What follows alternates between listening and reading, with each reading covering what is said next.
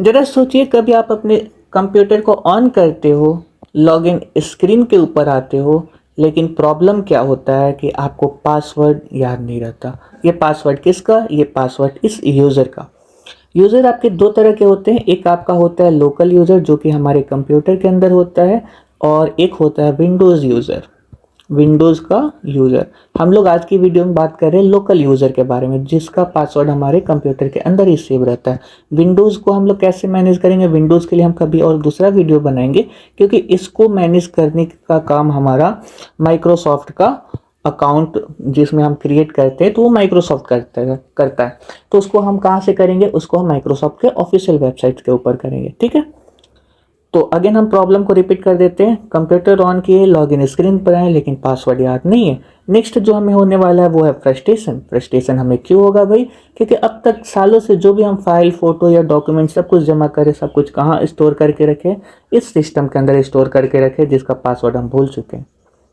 तो next step जो है, हमारे पास क्या बचता है? हमारे पास केवल एक अफसोस कि पासवर्ड क्यों नहीं हमने कहीं और लिख के रखा। और ऐसा अफसोस इसलिए क्योंकि हमें एक चीज़ बता दिया जाता है कि जो डेटा अब तक हमने वहाँ पे स्टोर करके रखा है, उस डेटा को एक्सेस कर पाना हमारे लिए क्या हो चुका है? नामुमकिन हो चुका है। ये नामुमकिन शब्द हमारे दिमाग में कौन डाला है? तो जहाँ पे भी हम लोग गए, 90% लोग हमें केवल यही सलाह दे रहे हैं कि हम अपने विंडोज़ के पासवर्ड को कैसे हटा सकते हैं। तो विंडोज़ को या तो हम रिप्लेस कर दें या फिर हम रीसेट कर दें। तो ये सारे ऑप्शंस में हमारे डेटा जाने का चांसेस ज़्यादा रहता है। तो क्वेश्चन हमारे पास ये है कि क्या हमारे पास सच में कोई सुरक्षित या वैध तरीका नहीं है जिसकी मदद से हम अपने डेटा को रिकवर कर सकते हैं? तो आज का वीडियो हमारे इसीलिए है कि हम अपने डेटा को कैसे रिकवर कर पाएँ बिना किसी एक्सटर्नल हेल्प से, खुद और हम हो और हमारा सिस्टम हो। तो नमस्कार दोस्तों, वेलकम टू साइबर वाला। मैं हूं रुद्र गोस्वामी और इस चैनल पर हम साइबर सिक्योरिटी, इथिकल हैकिंग और टेक्नोलॉजी को आसान भाषा में समझते हैं। तो आज का वीडियो हमारा रिलेटेड है कि क्या हो अगर आप अपने कंप्यूटर का लॉगिन पासवर्ड भूल जाए।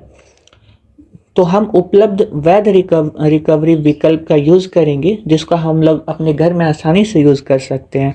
लेकिन उससे पहले एक चीज़ जो आपको याद रखनी है कि यह वीडियो केवल शैक्षणिक और जागरूकता के उद्देश्य से है। इसका उपयोग केवल अपने स्वयं के सिस्टम या अधिकृत सिस्टम पर ही करें। तो बिना समय गंवाए वीडियो को शुरू करते हैं। जैसा कि आप देख सकते हो, हम अपने विंडोज स्क्रीन पे आ चुके हैं और यहाँ पे हम पासवर्ड डाल रहे हैं और हमें क्या दिखाई दे रहा है? केवल एरर दिखाई दे रहा है। हम पासवर्ड डाल रहे हैं, एरर दिखाई दे रहा है। यहाँ पे हमारा रीसेट पासवर्ड वर्क नहीं कर रहा है। रीसेट पासवर्ड इसलिए वर्क नहीं कर रहा है क्योंकि ये बोल रहा है कि हमें एक flash drive USB flash drive की ज़रूरत पड़ेगी, जिसको हमें इंसर्ट करने के बाद दोबारा कोशिश करनी है। यानी कि रीसेट पासवर्ड हमारे पास काम करने के लायक नहीं है, ठीक है। तो यहाँ पे आप एक बटन को आप ध्यान से देखिए। इस बटन को हम क्या बोलते हैं? एक्सेसिबिलिटी ऑप्शन बोलते हैं, ठीक है। ये इस बटन को हम क्या बोलते हैं? एक्सेसिबिलिटी आइकन या फिर एक्सेसिबिलिटी बटन हम लोग बोलते हैं। जैसे ही आप इसके ऊपर क्लिक करोगे तो आपको ये क्या करके देगा? कुछ ऑप्शंस आपको ओपन करके देगा। ये ऑप्शंस जो आपके ओपन होते हैं, ये सारे के सारे ऑप्शंस आपको मिलते हैं सिस्टम प्रिविलेज के साथ। रुकिए, हम आपको ये दिखा। आप यहाँ पे देख सकते हो, जैसे ही आप इस एक्सेसिबिलिटी बटन के ऊपर क्लिक करोगे तो आपको कुछ इस तरीके के ऑप्शंस आपको दिखाई देंगे। तो नेक्स्ट हम लोग क्या करने वाले हैं? हम लोग सबसे पहले जो हमारा नेक्स्ट स्टेप होने वाला है, ये इस वीडियो में हम लोग सबसे पहले आपको क्या करना है? कीबोर्ड से आपको शिफ्ट बटन को आपको प्रेस करके रखना है। शिफ्ट बटन आप अपने प्रेस करोगे कीबोर्ड के अंदर, और इसके बाद आपको क्या करना है? यहाँ स्टार्ट के अंदर जाना है और आपको रीस्टार्ट बटन के ऊपर क्लिक करना है। फिर क्या होगा? आपका विंडोज़ जो है वो रीस्टार्ट होगा। यहाँ पे हम अपने विंडोज़ को VMware के अंदर हम लोग इंस्टॉल किए हैं और VMware के अंदर काम कर रहे हैं। तो जब आपका विंडोज़ रीस्टार्ट होगा तो आपके पास ये कुछ ऑप्शंस आएंगे, जिसमें आपको ट्रबल शूट के अंदर जाना है। ट्रबल शूट के अंदर जाने के बाद आपको ये एडवांस ऑप्शन के अंदर अवेलेबल इस कमांड प्रॉम्प्ट को क्लिक करना है। कमांड प्रॉम्प्ट को जैसे ही आप क्लिक करोगे तो आपको कुछ इस तरह का इंटरफेस दिखाई देगा। यहाँ पे आप इस चीज़ को नोटिस करो कि यहाँ पे जो आपने फाइल खोली है वो cmd.exe फाइल है। कौन सी फाइल है? cmd.exe फाइल है, जो कि आपके यहाँ पे विंडोज़ सिस्टम 32 के अंदर अवेलेबल है। तो cmd.exe फाइल क्या है भाई? cmd.exe फाइल के अंदर लिखे हुए कुछ रूल्स एंड रेगुलेशंस। ये रूल्स और रेगुलेशंस किसके लिए है कि ये जो एप्लीकेशन आपने ऑन करके रखा है ये वाला, ये एप्लीकेशन कैसे काम करेगा, इसके 2 हाथ होंगे या 4 हाथ होंगे या 4 पैर होंगे, ये सारे के सारे एप्लीकेशंस कहाँ, ये सारे के सारे रूल्स कहाँ पे लिखे हैं? cmd.exe फाइल के अंदर लिखे हैं। मतलब हम कह सकते हैं कि सिस्टम 32 के अंदर जितने भी फाइल्स और फोल्डर्स अवेलेबल होते हैं उन सब के अंदर मोस्टली हमारे फाइल्स ऐसे होते हैं जो किसी न किसी ऑप्शन के रूल्स और रेगुलेशंस को हमारा दिखाते हैं कि कैसे वो सिस्टम काम करने वाला है। इसी में से हम एक और रूल्स और रेगुलेशंस के बारे में बात करेंगे जिसको हम वीडियो में आगे बात करेंगे। तो चलिए आगे हम लोग बढ़ते हैं। तो हम लोग यहाँ पे सिस्टम 32 के अंदर आप देख सकते हो हम लोग अवेलेबल है, लेकिन हमें कहाँ पे जाना है? हमें सिस्टम 32 के अंदर अब जाना तो है, लेकिन वो हमारा कहाँ पे अवेलेबल होना चाहिए? वो हमारा अवेलेबल होना चाहिए विंडोज़ के अंदर। तो विंडोज़ के अंदर, विंडोज़ हमारा किसके अंदर अवेलेबल है? उसके लिए हम लोग क्या यूज़ करने वाले हैं? उसके लिए हम लोग यूज़ करने वाले हैं एक टूल के बारे में, जो कि टूल है हमारा डिस्क पार्ट। ये जो टूल है बेसिकली ये यूटिलिटी है। ये किसकी यूटिलिटी है? विंडोज़ की यूटिलिटी है। ये हमारी विंडोज़ की यूटिलिटी है। तो ये विंडोज़ की यूटिलिटी क्या करती है? ये विंडोज़ की यूटिलिटी हमें बताती है कि आपके कंप्यूटर के अंदर जो भी स्टोरेज रिलेटेड आपके जो भी डिवाइसेस है वो डिवाइसेस कैसे काम कर रही है, क्या काम कर रही है, मतलब उनका कंप्लीट जो डिटेल्स होता है वो डिटेल्स हमारे उन डिटेल्स को देखने का काम हमारा ये डिस्क पार्ट यूटिलिटी करता है, जो कि हमारा विंडोज़ के अंदर इनबिल्ट होता है। इनबिल्ट मतलब पहले से हमारा बनाया होता है कमांड प्रॉम्प्ट के अंदर। ठीक है, तो हम लोग यहाँ पे डिस्क पार्ट के अंदर आ चुके हैं। जैसा कि आप यहाँ पे देख पा रहे हो, डिस्क पार्ट के अंदर आपको क्या करना है? आपको यहाँ पे लिस्ट पार्टीशन या फिर लिस्ट वॉल्यूम आपको करना है। लिस्ट वॉल्यूम करने पे आपको क्या होगा, पता चल जाएगा कि आपका जो भी आपके सिस्टम के अंदर जो भी आपका हार्ड डिस्क है वो कितने सारे एक तरह से बोलिए उसके अंदर पार्टीशंस बने हुए, मतलब कितने छोटे छोटे वॉल्यूम्स बने हुए हैं। तो जैसा कि आप देख सकते हो यहाँ पे हमारे पास सारे के सारे वॉल्यूम्स यहाँ पे हमारे रजिस्टर हैं। इसमें से आपके काम का जो है वो है ये 34 GB जो मैक्स टू मैक्स है। ये 34 GB जो है इसी के अंदर हमने अपना विंडोज़ को इंस्टॉल करके रखा है, जिसको लेबल यहाँ पे C है। यहाँ पे हमारे कंप्यूटर के अंदर इसको C नाम से लेबल किया गया है, लेकिन ज़रूरी नहीं है कि आपके कंप्यूटर में ये C हो, D भी हो सकता है, E भी हो सकता है, कुछ भी हो सकता है।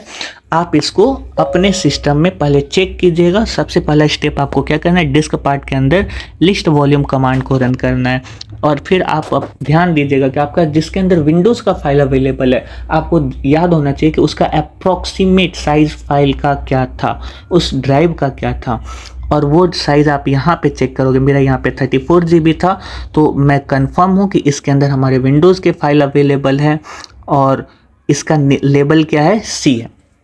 ठीक है, तो अब हमें क्या करना है? डिस्क पार्ट से अब हमें कोई काम नहीं, हम यहाँ से करेंगे एग्जिट। उसके लिए हम कमांड यूज़ करेंगे एग्जिट, और एग्जिट होने के बाद हमको कहाँ पे जाना है? विंडोज़ वाले फाइल के अंदर। तो हम यहाँ पे जो कमांड यूज़ करेंगे, यहाँ पे हम कमांड यूज़ करेंगे हम अपना C वाला, और ये C कमांड की मदद से हम लोग कहाँ पे आ चुके हैं?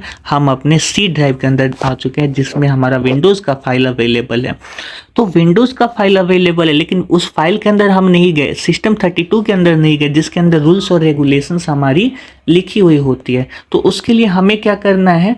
हमें जाना है अपने विंडोज़ के सिस्टम 32 फोल्डर के अंदर, विंडोज़ के सिस्टम 32 फोल्डर के अंदर, और वहाँ पे हमें क्या करना है? एक फ़ाइल को चेक करना है जिसका नाम है utilman.exe। अगेन हम आपको रिपीट कर दे रहे हैं, ये जो utilman.exe जो हमारी फाइल है, और उसको हम यहाँ पे क्या कर रहे हैं? रीनेम कर रहे हैं। हमने उसका नेम चेंज करा और उसको हमने क्या नाम दे दिया? utilman.exe। एक बार हम इसको आपको समझाते हैं कि यहाँ पे ये जो 2 लाइन हमने कमांड का रन करा है ये बहुत इंपॉर्टेंट यहाँ पे कमांड है, और यहाँ पे हमने इसको रन क्यों करा है। तो आप थोड़ा सा इस इमेज के ऊपर देखिए, जो हमने पहला लाइन, तो यहाँ पे आप देख सकते हो कि यहाँ पे हम लोग जो utilman.exe फाइल के बारे में बात कर रहे हैं, ये utilman.exe फाइल किस लिए है, यहाँ पे आप लोग जो देख पा रहे हो ये हमारा जो एक्सेसिबिलिटी ऑप्शन है, ये हमारा क्या है, एक्सेसिबिलिटी की है, जिसकी मदद से हम लोग कुछ ऑप्शंस को चेक कर पा रहे हैं, जिसको मैंने आपको पहले दिखाया था। तो ये एक्सेसिबिलिटी ऑप्शन के जो रूल्स और रेगुलेशंस हमारे जो है वो इसी utilman.exe फाइल के अंदर स्टोर रहते हैं। तो हम लोग क्या कर रहे हैं, या इसके हम लोग नेम को चेंज कर दे रहे हैं, रीनेम कर रहे हैं, यानी कि utilman.exe जो फाइल है इसको हम दूसरे नाम से हम स्टोर कर रहे हैं, और यहाँ पे हम लोग इसका नाम क्या दे रहे हैं, ये utilman5.exe हम नेम दे रहे हैं। किसको हम नेम दे रहे हैं, इस utilman वाले फाइल को, मतलब इसके अंदर जो भी डाटा कंटेंट हमारा स्टोर है वो सारा का सारा डाटा कंटेंट हमारा यहाँ पे अवेलेबल है, इसके अंदर का कोई भी डाटा कंटेंट हमारा डिलीट नहीं हुआ है। ठीक है, उसके बाद नेक्स्ट स्टेप में हम क्या कर रहे हैं, यहाँ पे हम कॉपी कर रहे हैं, किसको कॉपी कर रहे हैं, cmd.exe, मतलब इसको हम रीनेम नहीं कर रहे हैं, हमारा cmd.exe फाइल पहले से हमारे सिस्टम के अंदर क्रिएटेड है, हम इसी का एक और कॉपी हम क्या कर रहे हैं, यानी कि इसके अंदर जो डॉक्यूमेंट के फॉर्म में जो हमारा कंटेंट जो लिखा हुआ है वो सारा का सारा कंटेंट इस फोल्डर के अंदर होगा। लेकिन इस फोल्डर को अगर आप देखो तो हम नेम को यहाँ पे क्या कर दे रहे, चेंज कर दे रहे, मतलब फाइल को तो हम कॉपी कर रहे लेकिन नेम हम दूसरा दे रहे। नेम क्या दे रहे, utilman.exe, मतलब इस फाइल को हमने कॉपी करा यहाँ पे, लेकिन नेम हमने उसका क्या दिया, utilman.exe। इससे हमें क्या मिलेगा कि हमने जो एक्सेसिबिलिटी की को एक्सेस करने का, यानी उसको जो सिस्टम प्रिविलेज जो हमने दे रखा था वो सिस्टम प्रिविलेज हमारा utilman.exe के पास तो है, लेकिन उसके अंदर जो रूल्स और रेगुलेशंस लिखे हुए हैं वो किसके लिखे हुए हैं, वो cmd फाइल के लिखे हुए हैं। मतलब जो जैसे हम एक्सेसिबिलिटी बटन के ऊपर यहाँ पे हम क्लिक करेंगे तो हमें क्या होगा, यहाँ पे एक्सेसिबिलिटी ऑप्शन के अंदर हमें यहाँ पे कमांड लाइन प्रॉम्प्ट खुला हुआ दिखाई देगा, जिसके अंदर हम अपने कमांड्स को एग्जीक्यूट कर सकते हैं, और ये जो कमांड्स को हम एग्जीक्यूट करेंगे वो हम अपने सिस्टम प्रिविलेज के साथ हम करेंगे, ना कि हम ऐसे ही करेंगे। तो ये बेनिफिट हमें मिल, आपको यहाँ पे जस्ट इंटर प्रेस करना है, क्योंकि आपने यहाँ पे फाइल को कॉपी कर दिया है। अब आप जैसे ही इंटर प्रेस करोगे तो क्या होगा, आप यहाँ पे देख सकते हो वन फाइल कॉपी बेसिकली ये मैसेज दिखा रहा है कि आपका कमांड एग्जीक्यूट हो चुका है। अब आपका काम यहाँ पे नहीं है, आपको सीधा कंप्यूटर को कंटिन्यू एंड रीस्टार्ट करना है। तो यहाँ पे हमारा कंप्यूटर रीस्टार्ट हो रहा है, और जैसे आपका यहाँ पे कंप्यूटर रीस्टार्ट होगा तो फिर से आप यहाँ लॉगिन स्क्रीन पे पहुँच जाइएगा। लेकिन लॉगिन स्क्रीन पे आपको क्या करना है, लॉगिन स्क्रीन पे आपको यहाँ पे अगेन एक्सेसिबिलिटी बटन के ऊपर क्लिक करना है। जैसे आप एक्सेसिबिलिटी बटन के ऊपर, लेकिन इस बार आप यहाँ पे क्लिक करोगे तो आपका यहाँ पे क्या ओपन होगा, तो आपका यहाँ पे कमांड लाइन प्रॉम्प्ट ओपन होगा, जो कि आप देख सकते हो यहाँ पे ओपन हो चुका है। तो आपको यहाँ पे क्या करना है, एक कमांड आपको रन करनी है, जो कमांड है आपका कंट्रोल यूज़र पासवर्ड्स। ये कमांड आप जैसे आप रन करोगे तो आपका एक इस तरह का इंटरफेस आपका ओपन हो जाएगा, और ये जो इंटरफेस आपका यहाँ पे ओपन हो रहा है, आप इस इंटरफेस में क्या करोगे, आपके जितने भी यहाँ पे क्या दिखाई देंगे, जितने भी आपके यूज़र नेम यहाँ पे आपने कंप्यूटर के अंदर बना करके रखे हैं वो सारे के सारे यूज़र नेम, ध्यान रखिएगा ये लोकल यूज़र नेम यहाँ पे क्या करेंगे, लिस्ट होंगे।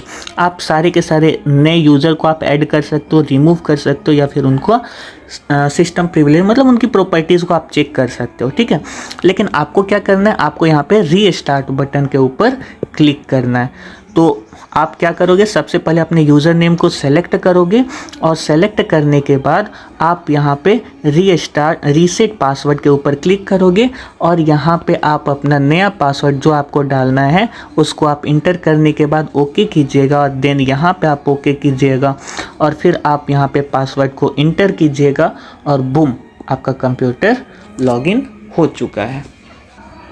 तो जैसा कि आप देख रहे हो यहाँ पे हमारा कंप्यूटर लॉगिन हो चुका है। अगर आपको ये वीडियो अच्छी लगी हो या फिर ये जानकारी आपको महत्वपूर्ण लगी हो तो लाइक ज़रूर करें, और साइबर वाला को सब्सक्राइब करना बिल्कुल ना भूलें। नीचे कमेंट करके बताइए कि आपको अगली वीडियो किस साइबर सिक्योरिटी टॉपिक पर देखना चाहते हो। मैं Rudra Goswami, stay secure, stay curious, keep learning. मिलते हैं अगली वीडियो में, तब तक आप अपना और अपना अपने डेटा का ख्याल रखिए। जय हिंद।